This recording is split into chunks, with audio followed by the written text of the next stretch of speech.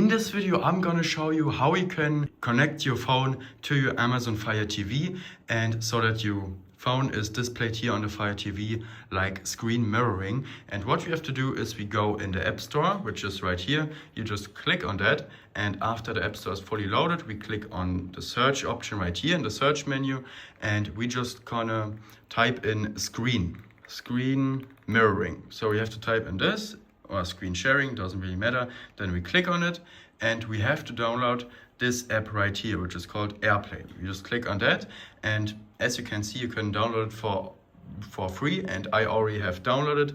And now what you have to do is, I show you right now on the phone. So what we have to do now is also very simple. We're just gonna drag down this menu right here, and you're gonna hold on this option.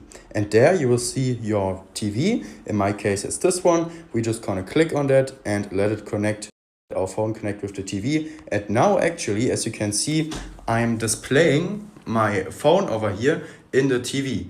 And yeah, I hope this video was useful to you. If it was useful, please consider subscribing. I'll see you in the next video. Bye.